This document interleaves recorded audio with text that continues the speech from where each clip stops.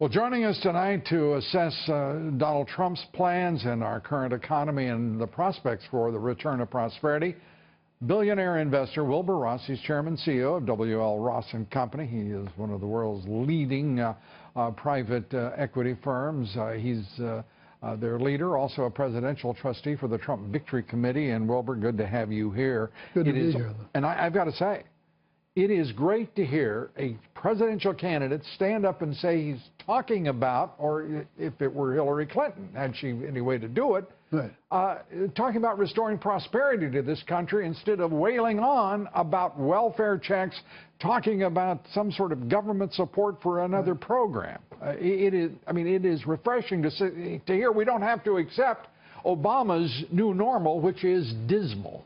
Well, it's not only refreshing, it's real. 4% growth, 3.5% growth. Right. How do we get there, and how quickly can we? Well, I think we get there pretty easily. Regulatory reform. There's right. $2 trillion a year of wasted money in regulation. Just cut out 10% of that. That's $200 billion a year pre-tax profits. Right. Run that through the income statement. That's a lot more dividends to come, but more importantly, it's a lot more capital expenditures to come.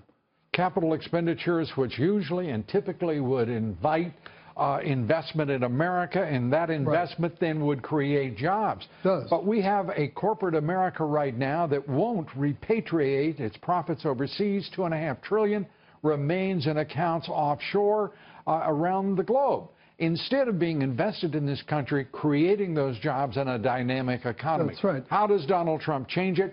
And how does corporate America change its direction? Well, here's how Donald will change it. He's going to cut the rate on repatriation to 10%. 10% is not a bad number for bringing things back.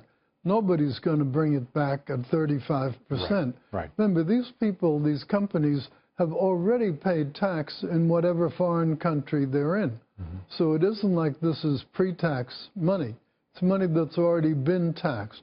So this would tax it a second time. But at the same time, those companies were not innocents abroad, if I can use the expression. They knew what the tax rate would be. Oh, sure. They have made a conscious decision to defer investment of that money and refuse to repatriate that money.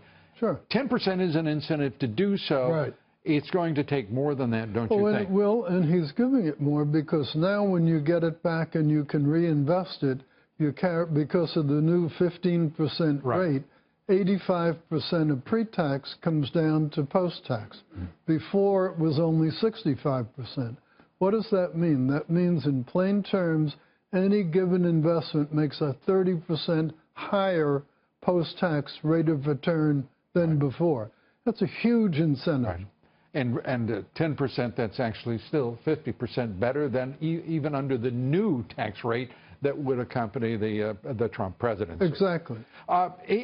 This is exciting to think about. The American economy, with leaders that are not dour, depressive, and so dismissive of American exceptionalism and the ambitions of a middle class and those who aspire to it.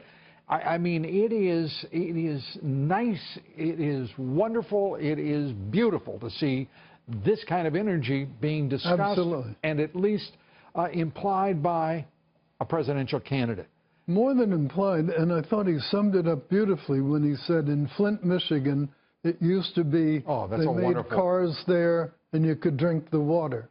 Now they make the cars in Mexico and you can't drink the water in Flint. I thought he summed up really the case for this contest between Hillary Clinton and himself. Right. The status quo that has created bad water in Flint, Michigan, and moved cars to Mexico. And on that very same day, Mark Fields, the CEO of Ford Motors, announcing they're moving their small car production in North America south of the border. Right. What kind of nonsense is that from corporate America?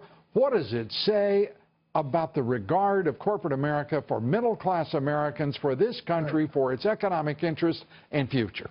Well, I think he probably did it when he could still get away with it, because under the present regime, they're going to do nothing about it. So I think it's probably a desperation move to get as much as he can out of the country in case Donald wins.